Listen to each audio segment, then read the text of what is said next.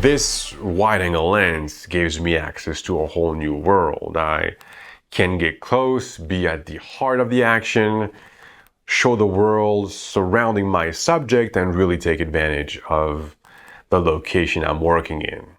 It handles really well the 100 megapixels from the GF100S. Flares are under control, no ghosting to my knowledge. This lens really delivers tag-sharp images. For a zoom lens that was made for a large format camera, yeah, it's not too heavy, it's not too big. I often use filters for my work, square or round, and I was glad to see that they used a common diameter for this lens at 82 millimeters. The smart move here is to go for an inner zoom system. I really love that. Everything happens smoothly inside. When you zoom in and zoom out, the size of your lens doesn't change. I really love that. 23mm 単焦点もよく使ってはいるんですけども、どうしてももうちょっと広く撮りたいですとか、そういったシーンというのがあったんですね。どうしても下がれない場面だったりとか。っていった時に、この 20mm、出てきたことによって、今まで撮れなかった、シーンっていうのも撮れるようになったと思ってます。ラージフォーマットだけど気軽さは今までと同じっていうところで、かつ1億画素だからよりいい写真が撮れる。ここをユーザーの人に、提供したかった。なのでフィルター582にこだわって今回は設計しました。要は小型化と、高画質化の両立ですね。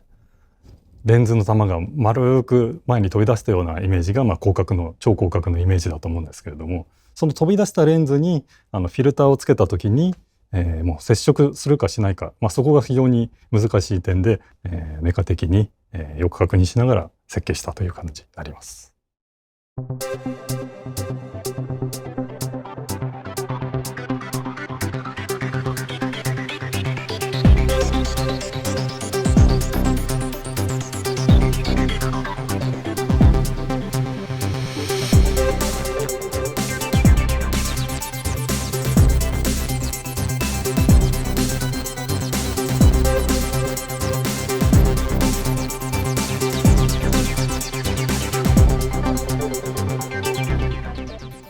20 to 35 f4 is a great addition to the GFX system because wide angles are so great for landscape photography, intimate views of tight spaces.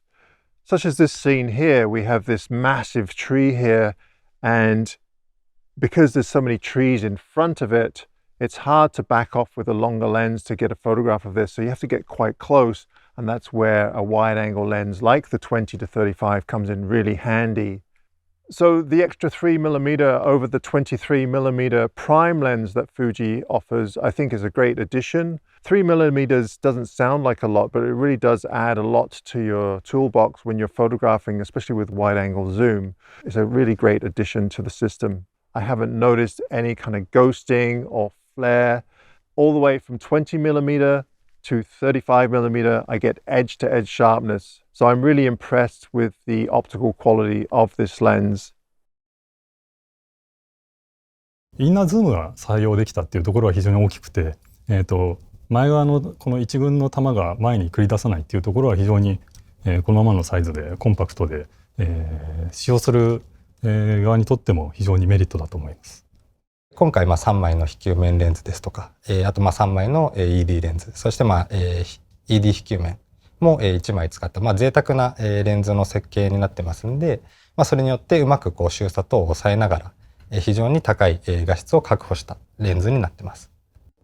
広角ズームではゴーストフレアが問題になりやすいので、ナノ GI、そして、特殊なコート、さらに、不要な光線をカットするためのマスクを複数枚、入れてあります。これによってゴーストフレアを徹底的に抑えることができました。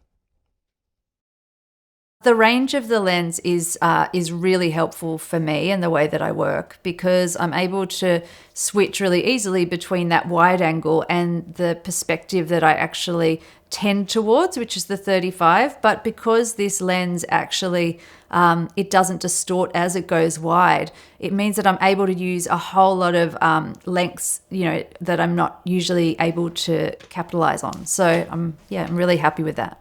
Looking at the photographs I've taken with the 20 to 35mm lens, the detail is absolutely beautiful. There's a really lovely range from the foreground to the background. The drop off is really lovely. I'm thrilled with it. Depending on what series I'm working on, generally there is something that the camera and lens could cop.